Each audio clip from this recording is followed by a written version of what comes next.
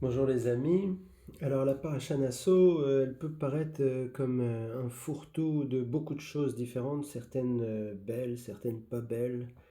Et c'est très difficile de trouver un fil conducteur. Il y a des essais de trouver des fils conducteurs par-ci par-là, mais vous allez en juger par vous-même. Donc, on commence par la suite et la fin de Bamidbar, quand on parle des dernières poches des Lévis, c'est-à-dire les Gershon et les Merari, qui, contrairement aux Kehati, prennent eux-mêmes leur partie dans le temple. On se rappelle que les Gershon, ils prennent les tissus en général, les tentes, les couvertures, et les Merari, ils prennent les socles, les poutres, les poteaux, donc les parties un peu plus lourdes. Ils ont plus à porter que les Gershon. Ils sont sous la direction d'Itamar, alors que les autres sont sous la direction d'Elazar. Et le transport se fait par chariot, alors que les Kehati, eux, ils le portent à la main. Il y a aussi des interprétations que même s'ils le portent à la main, c'est par exemple pour l'arche, c'est l'arche qui porte les porteurs. Et puis ils portent d'une certaine manière, on l'a vu déjà dans Bamidbar. Le travail des Lévis, selon Rashi, c'est un accompagnement musical. Donc pendant qu'ils font tout ça, ils chantent, ils dansent, ils ont peut-être des instruments de musique qui ne sont pas forcément joués par eux d'ailleurs. On voit ça dans le traité Arachin 11a. Ensuite, sans transition, on parle des gens qui sont exclus. Donc, il y a trois camps, il y a le tabernacle, les Lévis et Israël. Ceux qui sont exclus des trois camps, c'est les Metzora. Dès qu'il y a quelqu'un qui est Metzora, il est exclu des trois camps, il est en dehors. Euh, Celui qui est Zav, ou la femme Nida, elle est exclue juste du tabernacle et des Lévis. Donc si une femme Lévi est Nida, ou un homme est Zav, il sort, il va chez Israël. Euh, Celui qui est exclu du tabernacle, c'est celui qui est impur par cadavre. Et d'après le Midrash, animal inclus. Si jamais on touche un cadavre, bien sûr, si c'est un animal qui a eu la shrita, c'est-à-dire qu'on peut manger, à ce moment-là, c'est pas impur. Mais si jamais c'est un animal qui est mort, même un kasher qui est mort sans la shrita, ou si c'est un homme, eh ben, on est impur. Ça aura des conséquences un peu plus tard, vous verrez plus. Donc ça, c'est Rashi Pesachim 67a qui fait cette distinction, parce que dans la Torah, on a l'impression que les trois sont exclus. Euh, Ensuite, sans transition encore, on passe au vol. Donc, si jamais on vole un juif ou un non-juif qui est dans le camp, qui devient juif, vous savez, dans le désert, il n'y avait pas que des juifs. En dehors des trois camps, il y avait ce qu'on appelle les rêves raves, donc des gens qui voulaient devenir juifs, mais qui n'étaient pas d'une certaine tribu. Donc ceux-là, si jamais quelqu'un les vole, c'est la même chose que si on vole un juif, et aussi la même chose que si on vole un bikurim, c'est-à-dire les premiers fruits qu'on est censé donner au Kohen, c'est-à-dire si jamais on ne les donne pas, c'est considéré comme un vol. La seule différence, c'est que on ne peut pas les prendre par force, selon Rashi, alors que les autres, s'il y a deux témoins, on peut les prendre par force. Donc, après le vol, si jamais le voleur confesse, il rend le bien plus un cinquième de sa valeur à la victime et au Cohen aussi, si jamais la victime en question est morte et qu'elle n'a pas de parents, il doit donner au Cohen. Et de là, on en déduit que ça marche pour les non-juifs, parce que les juifs, ils ont toujours un parent, euh, puisqu'on sait toute leur filiation. Mais un non-juif qui est arrivé, qui a fait son choix de suivre les juifs et d'abandonner sa famille, si jamais il meurt et qu'il n'a pas de parents, et ben à ce moment-là, on donne son bien plus un cinquième de sa valeur au Cohen. Et, euh, et ensuite, on rajoute un bélier khatat. Donc ça, c'est si on confesse. Si le voleur ne veut pas confesser, mais qu'il y a deux témoins, donc on sait qu'il y a eu un vol, il rend le bien seulement. Donc quelque part, c'est mieux, entre guillemets, de ne pas confesser et de voler. Mais d'un autre côté, si on confesse, il y a tout ce système qui nous permet d'expier la faute. Alors que celui qui ne confesse pas, bien sûr, il n'a pas expié la faute. Maintenant, alors on passe au sota. Sota, c'est la femme. Alors là, non, il n'y a toujours pas de transition trouvée entre le vol et sota, hein. Mais on peut imaginer que quelqu'un qui drague la femme mariée, c'est comme un vol. Et, mais par contre, il rend pas le bien, hein. Il y a un divorce. Mais bon, bref. Sota, c'est la femme qui s'est enfermée avec un homme spécifiquement interdit par son mari, mais qui n'a pas de témoin oculaire. Elle s'est enfermée juste le temps de tromper son mari. Donc, l'homme apporte sa femme un dixième de farine d'orge sans huile ni encens. D'ailleurs, l'encens est jamais offert quand c'est une offrande individuelle. Le Cohen découvre la tête de la femme.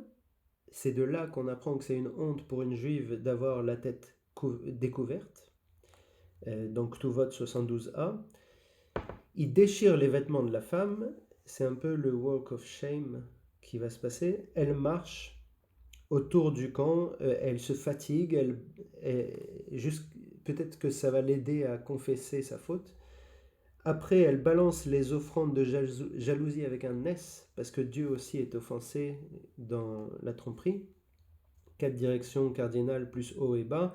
Le Cohen met dans un bol en argile de l'eau et de la terre pour rappeler qu'on retourne à la terre. C'est pour évoquer la mort, hein, qui va arriver à la femme si jamais elle ne confesse pas et qu'elle est coupable. À l'époque du temple, il y avait une dalle amovible pour aller chercher la terre. Ensuite, il explique à la femme comment elle va mourir avec le ventre qui gonfle et qui explose et les membres qui se démontent si jamais elle est coupable. C'est une mort surnaturelle que Dieu faisait directement. Si elle confesse, à ce moment-là, ou même avant, ou même après, il y a un divorce sans punition. Si elle ne confesse pas, alors le Cohen écrit sur un papier, voilà, si tu n'as pas fait, sois innocenté, on commence par ça, et sinon, voilà. Puis ensuite, il rajoute le nom de Dieu sur le papier, à l'encre, et il trempe le papier, ou le papyrus, ou le parchemin, dans le bol d'argile, jusqu'à effacer toutes les lettres.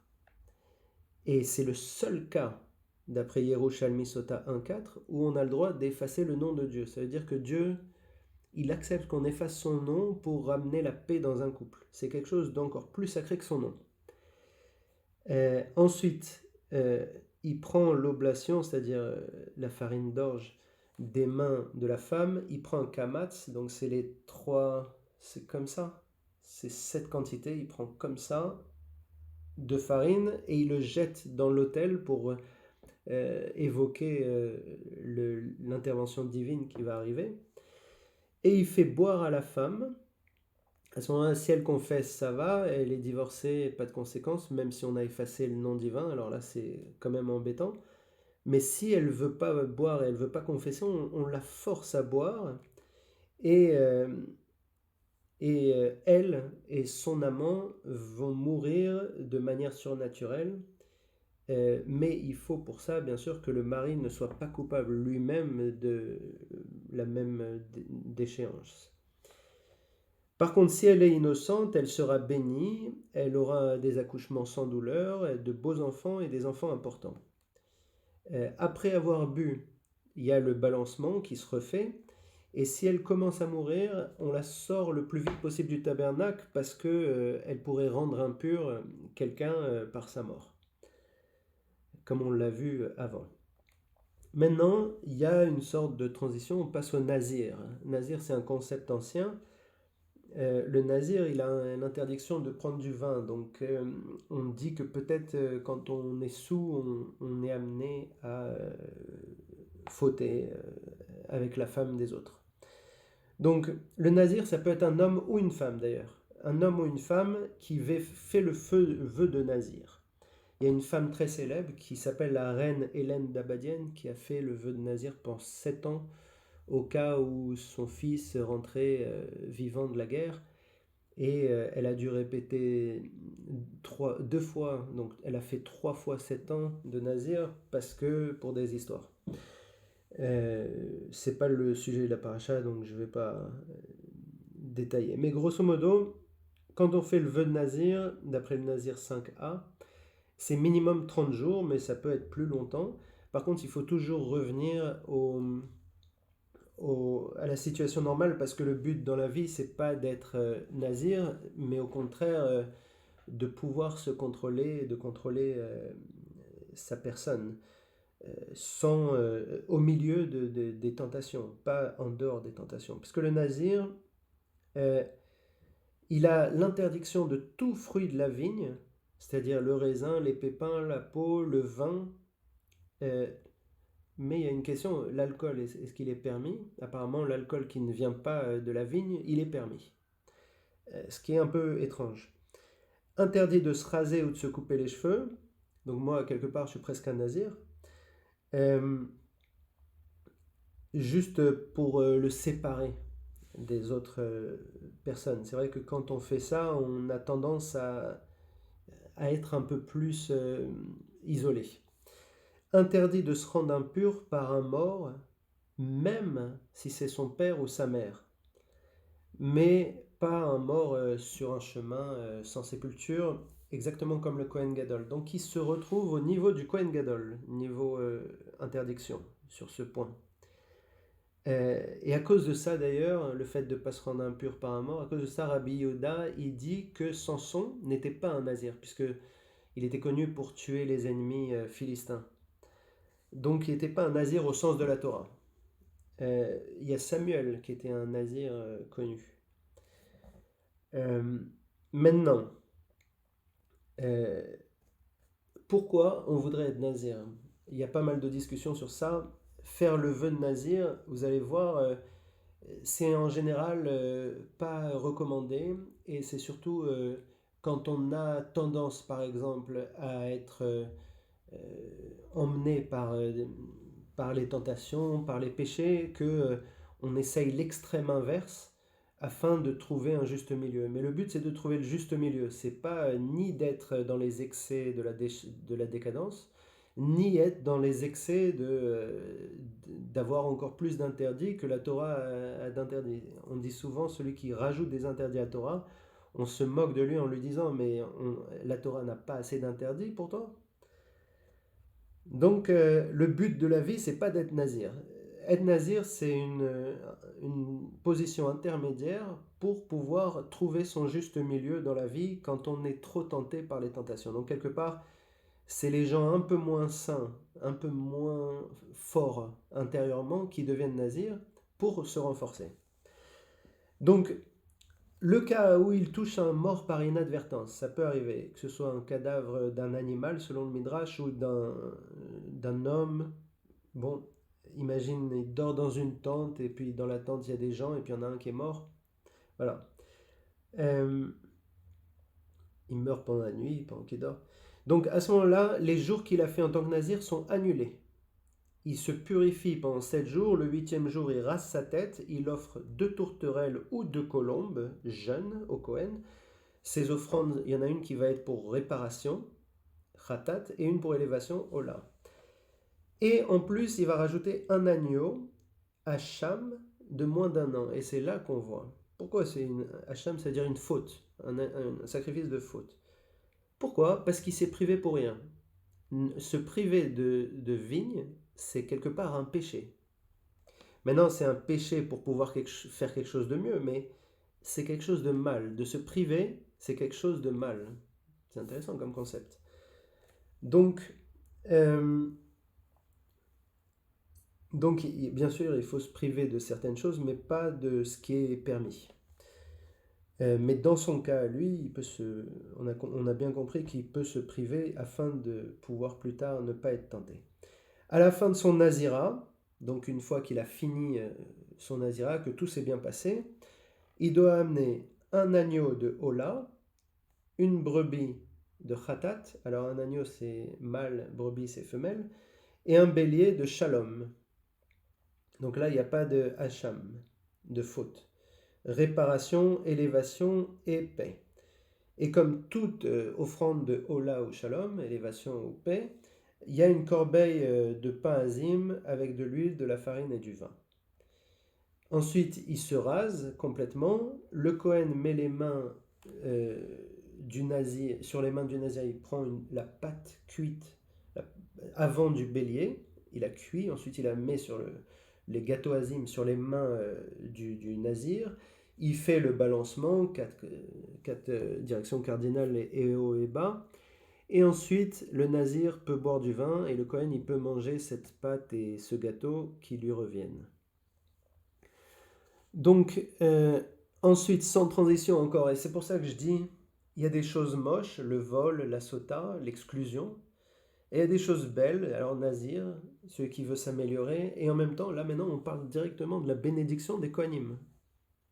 C'est vraiment, on ne trouve pas le fil rouge de cette paracha. Donc la bénédiction Kohanim, c'est quelque chose d'extrêmement important. Yevarechecha Adoshem veishmerecha. Cette partie, que Dieu te bénisse et te garde. Ça veut dire que il va te donner des biens matériels et il va faire en sorte que tu ne vas pas te faire voler, de telle manière à ce que cette bénédiction elle soit pas en vain, que tu ne vas pas recevoir de l'argent et que après tu ne profites pas de l'argent, ça n'a aucun sens. Donc, Yevarecha Adoshem veishmerecha. Yair Adoshem panav elecha vichuneka. Il va illuminer ton visage. Sous-entendu, il va t'apprendre la Torah, il va te faire comprendre la Torah quand tu vas l'étudier, avec bienveillance. Virchuneka, chen, c'est la grâce, avec grâce. Ensuite, Yaer, Issa Adoshem panav elecha ve'asem lecha shalom. Alors ça veut dire, il va tourner sa tête vers toi, parce que quand on est fâché, on ne regarde pas la personne. Par contre, si on regarde la personne, ça veut dire qu'on n'est pas fâché. Donc même si un juif a fait des bêtises, et ben là, Dieu, il va pas être fâché, il va tourner sa tête vers lui et il va lui donner la paix, ce qui est le maximum qu'on puisse espérer. Donc premièrement, les biens matériels, c'est le moins important. La Torah, encore plus important. Et encore plus important, la paix. Le fait que cette partie existe, ça montre que, et d'ailleurs c'est la seule fois où une bénédiction, elle est accordée quels que soient les mérites de la personne. Même si la personne n'a aucun mérite, cette bénédiction est acceptée. Et c'est la seule. C'est en ce sens que c'est la bénédiction la plus puissante qui soit. Et il n'y a que les Kohen qui peuvent la donner. Et d'ailleurs, c'est l'objet de la dernière phrase, Vesamu et shmi al bnei Israël, va'ani avarachem. Et les Kohen y mettront le nom de Dieu sur les bnei Israël, sur les Juifs, et je les bénirai. C'est-à-dire, c'est le Kohen y bénit, mais c'est pas lui qui bénit, c'est bien Dieu. C'est Dieu qui les bénirait. Après, les Kohen, dans cette histoire, ils ne sont pas du tout bénis. Dans cette bénédiction, eux, ils sont juste les intermédiaires entre Dieu et les hommes. Maintenant, comment les Kohen peuvent être bénis? Eh ben, quand ils bénissent Israël, ils sont bénis parce que un peu plus avant, dans Bereshit, la promesse qui était faite au patriarche, c'est celui qui bénit Israël est béni. Donc, c'est en ce sens-là que quand les Kohen font la bénédiction Kohen, ils sont bénis parce qu'ils bénissent les bénis Israël. C'est la promesse qui a été faite au patriarche. Donc, celui qui bénit Israël sera béni, celui qui maudit Israël sera maudit. Ensuite, encore sans transition, on parle des offrandes des chefs de tribu. Alors là, c'est quelque chose qui aurait dû arriver à la Paracha Shmini, donc il y a bien longtemps. Dans le livre précédent, on parlait du premier Nissan, 2449. Vous vous rappelez que le temple avait besoin d'offrandes et les Juifs sont arrivés précipitamment. Les chefs de tribu ont dit, bon, si il manque, nous on complétera. Et donc les Juifs, ils ont apporté tellement de choses que même Moïse, il leur a dit aux Juifs d'arrêter d'apporter parce qu'on a déjà trop. Et à ce moment-là, les chefs de tribu étaient très embêtés parce qu'ils auraient voulu donner une offrande. Et donc ce qu'ils ont fait, c'est que après qu'il y ait eu toutes ces offrandes, il y a le chef de tribu de Issachar qui s'appelle, j'ai oublié son nom, chef de tribu de Issachar, la tribu d'Issachar qui apprend la Torah, Nathaniel ben Souar, il a, il a dit, mais comment on va pouvoir porter le temple? Euh, et donc il a eu l'idée comme ça d'apporter des chariots et des taureaux pour les Gershon et les Merari qui ont le droit d'apporter sur des chariots. Et donc il y avait besoin de 12 chariots et de 6 chariots et de 12 taureaux. Donc chaque chef de tribu est venu avec un taureau et deux chefs ensemble ont apporté un chariot. Ça montre qu'ils avaient une merveilleuse entente puisqu'ils devaient s'entendre ensemble pour amener un chariot. Et donc, voilà, ils apprennent le vin. Selon, juste une petite précision, selon Rashi et Rabbi Ismaël, c'est le premier Nissan de 1449, mais selon Rabbi Akiva et Nachmanides, ils pensent que c'est le 8 Nissan, c'est-à-dire 7 jours plus tard. C'est un petit détail, c'est pas très intéressant. Enfin, c'est pas très important. 6 chariots et 12 taureaux, on a dit. Il y a 2 chariots et le double de taureaux qui vont vers les Gershon, qui ont des tentes et des couvertures à porter. Et le reste, donc le maximum, les 4 chariots et les 8 taureaux qui vont aux Merari, qui ont les poutres et tout ça. Et c'est marrant parce qu'on voyait que chez les Lévis, ceux qui portaient les choses les plus saintes, c'est les Kehati. Eux, ils n'ont pas de chariot, pas de taureau offert. Les Gershon, ils en ont un peu moins, ils ont les couvertures, tout ça. C'est un peu plus sain, le rideau là. Ah non, le rideau, il est côté Kehati, parce qu'il enroule l'arche. Et les Merari, ils ont juste les poteaux et les poutres, c'est eux qui ont le plus gros de l'offrande, alors que c'est le moins sain, entre guillemets. Donc ça, c'est la première partie de l'offrande. Il faut se rappeler que cet événement, il est proche de la mort de Nadav et Avihu. C'est peut-être pour ça qu'on le met ici, parce qu'on n'a pas envie trop de parler de la joie et de l'inauguration et de choses comme ça, alors que Nadav et Avihu, les fils d'Aaron, sont morts, parce qu'ils avaient apporté un feu étranger dans le temple. Donc là, on reprend, après plusieurs parachas, ce moment de merveilleuse entente et de joie immense qu'il y a eu, parce qu'en plus de cette offrande, chaque chef est venu chaque jour, pendant 12 jours donc, dans l'ordre de marche pour donner exactement la même offrande pour des raisons différentes. Et je vais dire quelle offrande après, mais si vous voulez chercher les raisons de ces offrandes et la signification des noms des chefs de tribu, c'est dans le Midrash Parashat Naso. Donc, d'abord, avant de parler de l'offrande, quel est l'ordre? On commence par Judas, dont le chef est Nachshon ben Aminadav, qui est le premier car il s'est enfoncé le premier dans Yamsouf. C'est le seul qui n'est pas nommé chef parce qu'il est humble, et c'est le seul dont il est écrit son offrande. Ça, c'est le premier jour. Le deuxième jour, c'est Issachar, Nathaniel ben Souar, dont on a parlé, qui a eu l'idée de l'offrande et de la précédente. Ensuite, il y a Zevulun, ensuite il y a Ruben, ensuite il y a Siméon, ensuite il y a Gad, ensuite il y a Ephraim qui offre le 7e jour.